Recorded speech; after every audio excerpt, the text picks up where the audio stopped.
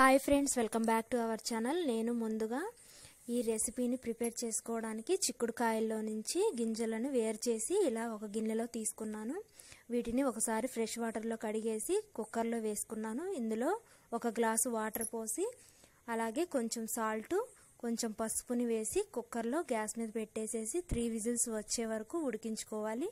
Normal cooker లేని వాళ్ళు ఒక 10 నిమిషాలు ఉడికిస్తే గ్యాస్ మీద సరిపోతుందండి. చూసారు కదా, ఇలా చక్కగా ఉడికించుకొని పక్కన పెట్టేసుకొని ఇప్పుడు స్టవ్ వెలిగించి బాండీ పెట్టి ఒక 2 టేబుల్ స్పూన్ల ఆయిల్ వేసి ఇందులోనే తాలింపులు, జీలకర్రను యాడ్ చేసుకొని ఇవి మంచిగా ఫ్రై చేసుకోవాలి. చూడండి, ఇలా చక్కగా తాలింపులన్నీ కూడా వేగిన తర్వాత 2 ఎండుమిర్చిని సగానికి కట్ చేసి వేయాలి. వీటిని కూడా వేయించుకున్న తర్వాత 2 కరివేపాకు రెబ్బల్ని వేసుకుందాము.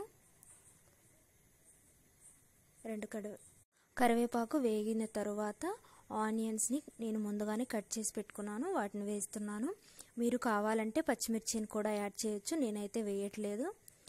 ఆనియన్స్ని వేసి వీటిని ఆనియన్స్ని పచ్చిగా కూడా వాటిలో కలుపుకోవచ్చు అనమాట. కానీ నేను కొంచెం లైట్గా ఆయిల్లో ఫ్రై చేసి పచ్చివాసన పోయేంత వరకు ఫ్రై చేస్తున్నాను.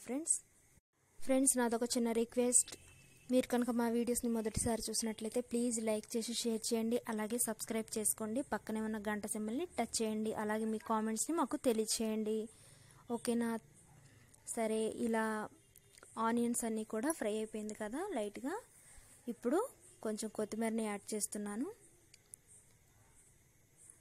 కొంచెం కచ్చాపచ్చాగా వేగిపోయిన తర్వాత మనం ముందుగా ఉడికించుకున్నటువంటి గింజలని అందులోనే వేసి కలుపుకోవాలి. చూసారు కదా, ఇలా మొత్తం కలిపేసుకున్న తర్వాత రుచికి సరిపడా సాల్ట్ని అలాగే 1 స్పూను కారంని కూడా యాడ్ చేసుకొని బాగా కలుపుకోవాలి. వీటిని చూడండి, చాలా కలర్ఫుల్గా అలాగే చాలా అంటే చాలా టేస్టీగా ఉంటాయి. ఇలా చేసుకోండి. వీటిని పైన కొత్తిమీరని గార్నిష్ చేసుకుంటే సూపర్ టేస్ట్గా ఉంటాయి. ఓకే ఫ్రెండ్స్, ఈ వీడియో మీకు నచ్చితే ప్లీజ్ లైక్ చేసి షేర్ చేయండి, అలాగే మన ఛానల్ని సబ్స్క్రైబ్ చేసుకొని మీ కామెంట్స్ని మాకు తెలియచేయండి. Thank you.